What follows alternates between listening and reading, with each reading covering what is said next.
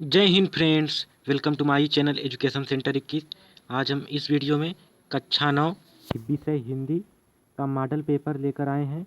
यह सत्र 2021-22 वालों के लिए है और यह मॉडल पेपर यूपी बोर्ड ने जारी किया है। और जब इसे यूपी बोर्ड ने जारी किया है तब यह बहुत ही इम्पॉर्टेंट है। और इसके बारे में आप लोग इतना तो जानते हैं कि ये इसका जो पूर्णांक 70 है और समय 3 घंटे 15 मिनट है।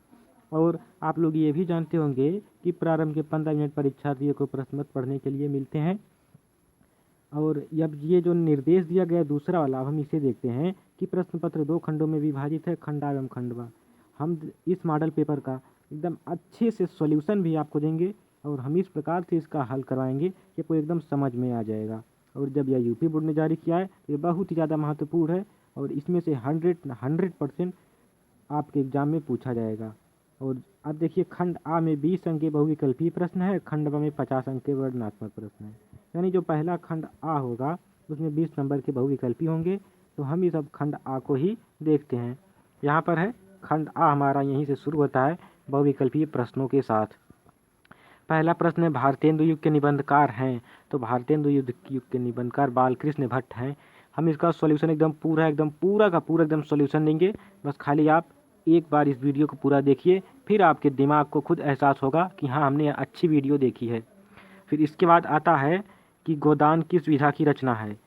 पहले हम जान लेते हैं गोदान किसकी रचना है। तो गोदान मुंशी प्रेमचंद की रचना है और यह उपन्यास विधा की रचना है। तो अब यहाँ से देखिए दो प्रश्न बन सकता था, एक तो गोदान किसकी रचना है और दूसरा गोदान किस विधा की रचना है। तो अब आप लोग यहाँ से दोनों कर सकते हैं कि गोदान मुंशी प्रेमचंद की रचना है और यह उपन्यास विधा की रचना है।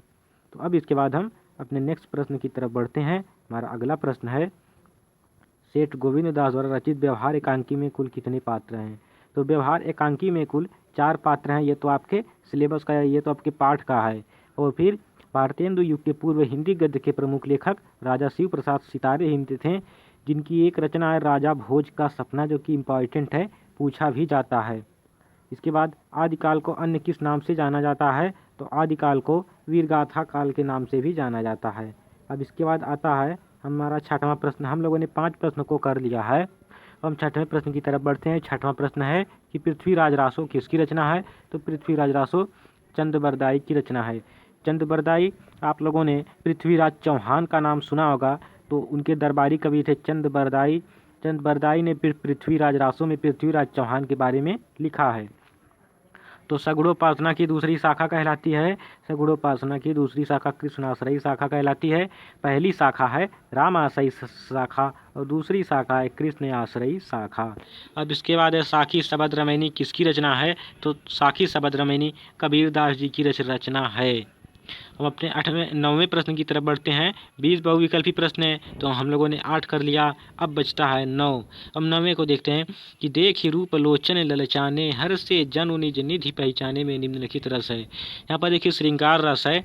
ये तब की बात है जब श्री राम जी वहाँ पर गए थे धनुष भंग, यानी कि जब वो जनक के दरबार में गए थे, तब वहीं पर ये बात कही जा रही है कि देख रूप लोचन ललचाने, रूप को देखकर लोचन मतलब नेत्र ललचा उठे। यहाँ पर देखिए जब नेत्रों का बात है, प्रेम का बात है, तो श्रृंगार रस हो जाएगा। बस खाली हमें इतना ही समझना है। फिर इसके बाद बंदों गुरुपद पद्म परागा, सुरुचि सुबास सरस अनुरागा के प्रत्येक चरण में कितनी मात्राएं हैं बताइए। इसमें 16 मात्राएं हैं और जब 16 मात्राएं हैं तब ये चौपाई हो जाएगी। अब इसके बाद 11वां प्रश्न, तरनि तनुजा तट तमाल तरुअर बहुछाये में अलंकार है, अनुप्रास अलंकार है।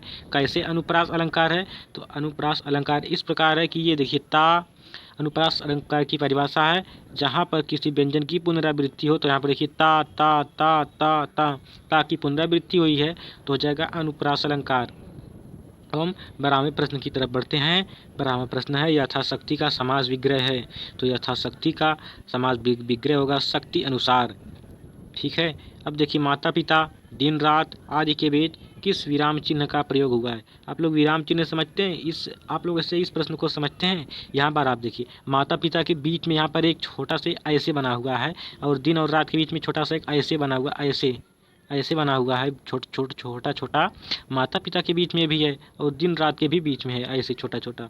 तो यही कौन सा चिन्ह है। तो ये जो चिन्ह है ये योजक चिन्ह है। अस्थि शब्द का तद्भव बताइए, तो अस्थि का मतलब होता है हड्डी, अस्थि शब्द का तद्भव हो जाएगा हड्डी।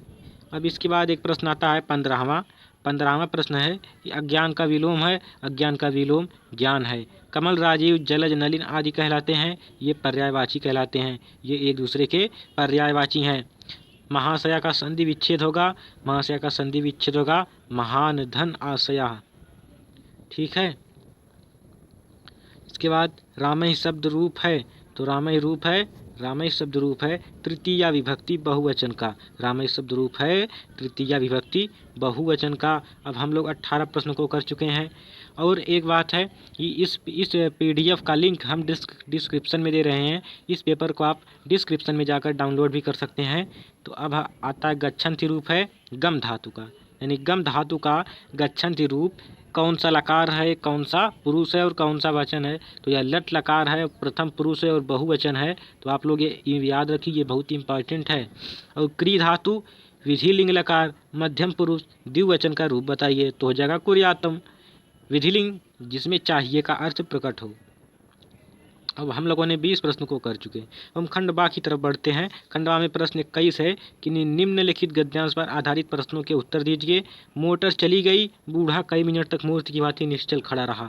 संसार में ऐसे मनुष्य होते हैं जो अपने आमोद प्रमोद के आगे किसी के जान की परवाह नहीं करते। तो ये तो गद्यांश दिया गया है और गद्यांश पर आधारित हमें प्रश्नों के उत्तर देना है। तो आप लोग एग्जाम में सबसे पहले क्या करेंगे, पूरे गद्यांश को एक आसानी से पढ़ेंगे और एक शांत मन से पढ़ेंगे, ना कि जल्दी जल्दी पढ़ दें। अब हम प्रश्न को देखते हैं। प्रश्न एक, भगत को किस बात पर विश्वास नहीं हो रहा था। तो भगत को इस बात पर विश्वास नहीं हो रहा था कि संसार में ऐसे भी मनुष्य होते हैं जो अपने आमोद प्रमोद के आगे किसी की जान की परवाह नहीं करते। भगत को इसी बात पर विश्वास नहीं हो रहा था। और ये कहानी तो आप लोग पढ़े ही होंगे, जब पढ़े होंगे तो जानते ही होंगे कि ये आमोद प्रमोद के आगे किसी की जान की परवाह कौन नहीं कर रहा है। ये है डॉक्टर चड्ढा, आप लोग इन्हें जानते ही होंगे अगर पढ़े हैं तो। फिर इसके बाद भगत के अनुसार सभ्य संसार कैसा है। तो भगत के अनुसार सभ्य संसार इतना निर्मम है और इतना कठोर है कि इसका ऐसा मर्म भेदी अनुभव अब तक ना हुआ था। ठीक है। और अब तीसरा प्रश्न है कि पुराने ज़माने के जीवों का व्यवहार कैसा था। तो पुराने ज़माने के जीव जो लगी हुई आग को बुझाते थे, मुर्दे को कंधा देते थे, किसी के छप्पर को उठाते थे और किसी के झगड़े को शांत करने के लिए सदैव तैयार रहते थे। यहाँ पर देखिए कलह दिया हुआ है, तो कलह का मतलब झगड़ा ही होता है।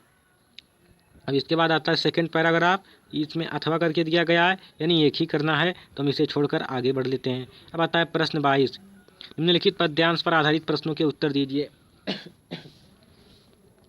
तो प्रभु जी तुम चंदन हम पानी, ये तो देखिए संत रैदास जी द्वारा लिखित है कि जाकी अंग अंग बास समानी, प्रभु जी तुम चंदन हम पानी। तो इस पद्यांश पर भी आधारित प्रश्नों के हमें उत्तर देना है। प्रश्न 1 है राति सोनई मोती शब्द के तत्सम रूप लिखिए।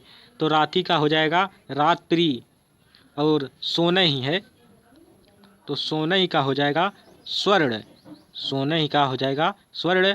और मोती शब्द का हो जाएगा मुक्ता, मुक्ता का मतलब होता है मोती।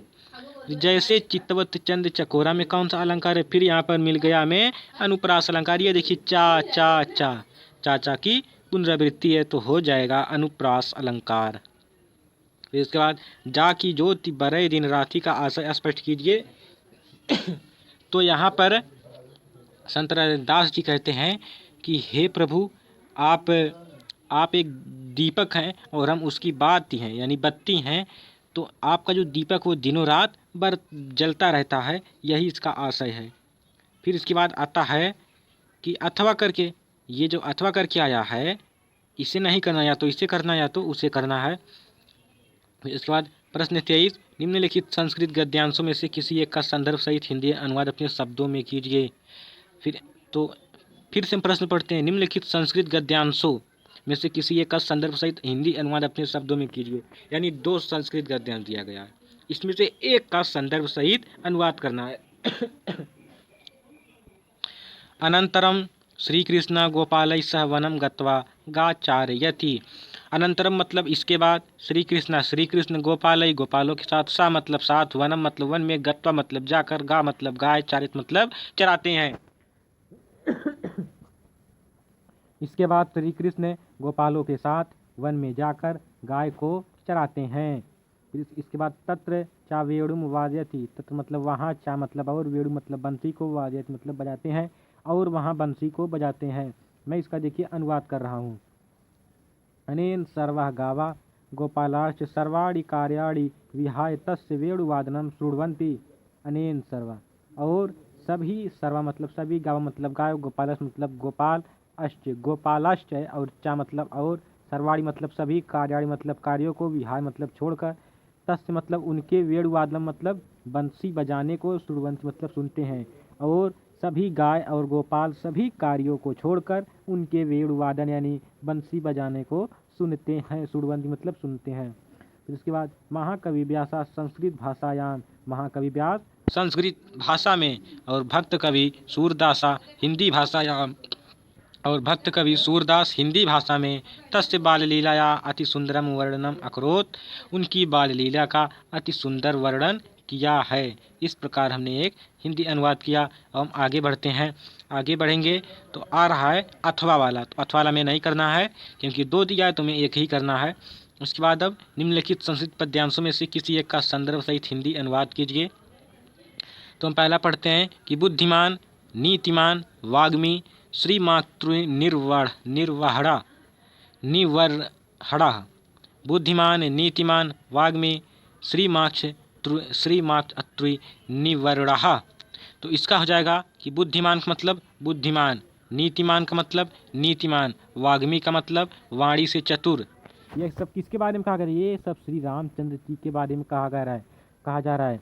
तो श्री रामचंद्र जी बुद्धिमान हैं, श्री रामचंद्र जी नीतिमान हैं, और वाणी से चतुर हैं, और शत्रुओं का निर्वाह यानी शत्रुओं का दमन करने वाले हैं, शत्रुओं का विनाश करने वाले हैं, शत्रुओं को मारने वाले हैं, और विपुलांशो ऊंचे कंधों वाले, महाबाबू ऊंची यानी बड़ी बड़ी भुजाओं वाले हैं, कम्बुग्रीवो का मतलब है, कम्बु मतलब होता है शंख, और ग्रीवो मतलब गर्दन, यानी कि शंख के गर्दन के समान, यानी जो उनका गर्दन है वो शंख के समान है, यानी शंख जैसी उनकी गर्दन है। और महाहनु की, महा मतलब बड़ी ठोड़ी वाले, ठोड़ी क्या होती है जिसे जो हमारा होठ है उसी होठ के नीचे लोग इसे दाढ़ी भी बोलते हैं, तो इसी को ठोड़ी बोलते हैं यानी हनु बोलते हैं। तो अब हम इसके बाद आगे देखते हैं प्रश्न 24। प्रश्न 24 है कि दीपदान एकांकी अथवा लक्ष्मी का स्वागत एकांकी की तथा संगठन पर अपने विचार प्रकट कीजिए, अथवा लक्ष्मी का स्वागत एकांकी के प्रमुख पात्र का चरित्र चित्रण कीजिए। अब आता है देखिए प्रश्न 24 एकांकी से आएगा, ये 5 नंबर का आएगा। तो ये तो एकांकी से आएगा, तो आप लोग एकांकी को तैयार कीजिए रहिएगा। फिर इसके बाद प्रश्न नंबर 25 आता है कि निम्नलिखित लेखकों में से किसी एक का जीवन परिचय देते हुए उनकी किन्हीं 2 रचनाओं का नाम लिखिए। आते हैं प्रेमचंद की 2 रचना, एक तो हमने गबन आपको शुरुआत में बताई थी, और एक आप गोदान लिख सकते हैं। फिर इसके बाद महादेवी वर्मा का 2 रचना, एक तो आप लिख सकते हैं यामा, और एक आप लिख सकते हैं महादेवी वर्मा की बहुत सी रचनाएं हैं जो कि आप लिख सकते हैं, और निहार, नीरजा, यामा, ये सब है महादेवी वर्मा की रचनाएं। फिर बस वही बात आ गया यहाँ पर कि निम्नलिखित कवियों में से किसी एक का जीवन परिचय देते हुए उनकी किन्हीं 2 रचनाओं का नाम लिखे। तो जयशंकर प्रसाद की रचनाएं जीवन परिचय का वीडियो हमने बनाया है, तो आप लोग उसे देख सकते हैं चैनल पर जाकर। और इनकी 2 रचनाएं चंद्रगुप्त, स्कंदगुप्त, अजात शत्रु, ध्रुव स्वामी, ये सब इनकी रचनाएं हैं। और अब आते हैं कबीरदास की रचनाएं और जीवन परिचय। तो कबीरदास का जीवन परिचय आप तैयार कीजिए, इंपॉर्टेंट है। और रचनाएं तो हमने आपको शुरू में ही बताई थी कि साखी शबद रमैनी। इसके बाद प्रश्न 26 तो बहुत ही ज़्यादा इंपॉर्टेंट है, ये तो हर साल पूछा जाता है, चाहे कुछ पूछा जाए चाहे कोई ना पूछा जाए। क्या है प्रश्न 26? ये अपनी पाठ्य पुस्तक से कंठस्थ किया हुआ कोई एक श्लोक लिखिए जो इस प्रश्न पत्र में ना आया हो। तो ये श्लोक तो आपको हमेशा एक याद रहना चाहिए। तो हम देखते हैं प्रश्न 27। प्रश्न 27 क्या है कि निम्नलिखित प्रश्नों में से किन्हीं 2 प्रश्नों के उत्तर संस्कृत में दीजिए। क्रोध केन जयेत, तो क्रोध क्षमाया जायेत। और रामा कस्मिन् वंश से उत्पन्ना आसीत, तो रामा इक्ष्वाकु वंश से उत्पन्ना आसीत। 2 ही प्रश्नों का उत्तर था, तो दोनों हो गया। रामा कस्मिन् वंश से उत्पन्ना आसीत, तो रामा इक्ष्वाकु वंश से उत्पन्ना आसीत। इसके बाद प्रश्न 28 निम्नलिखित मुहावरे एवं लोकोक्ति में से किसी एक का अर्थ बताते हुए वाक्य प्रयोग कीजिए। पहला है ऊँट के मुंह में जीरा, यानी कि बहुत ही थोड़ा होना, बहुत ही कम होना, यानी अल्प वस्तु बहुत ही कम होना, ठीक है। और है अब हम चौथे को देखते हैं। ईद का चाँद होना यानी बहुत ही खुशियाँ मनाना या तो बहुत दिनों बाद दिखाई देना। फिर इसके बाद है चौथा है अंधे की लकड़ी होना यानी एकमात्र सहारा होना। अंधे की लकड़ी का मतलब होता है एकमात्र सहारा। प्रश्न 29 निम्नलिखित में से किन्हीं दो वाक्यों का संस्कृत में अनुवाद कीजिए। वह गंगा का जल है। सा गंगाया जलम अस्ति। राम घर में नहीं है। रामा गृहे नास्ति। सूर्य उदय होता है। सूर्य उदयति। वह जाता है। सा गच्छति। बालिका पठति। तो बालिका पढ़ती है तो बालिका पठति इसका हो जाएगा। प्रश्न 30 है कि शुल्क मुक्ति हेतु अपने प्रधानाचार्य को एक पत्र लिखिए अथवा अपने प्रधानाचार्य को संबोधित करते हुए एक प्रार्थना पत्र लिखिए जिसमें अस्वस्थ होने के कारण एक दिन का आकस्मिक अवकाश मांगा गया हो। तो शुल्क मुक्ति यानी कि एक जो पत्र है, एक जो एप्लीकेशन है, एक प्रार्थना पत्र है, आप लोग तैयार रखिएगा क्योंकि ये इम्पॉर्टेंट है। तो इस प्रकार हमने यूपी बोर्ड द्वारा जारी 2022 वार्षिक परीक्षा का मॉडल पेपर हमने आप लोगों को बताया। तो हम मिलेंगे नेक्स्ट वीडियो में। जय हिंद।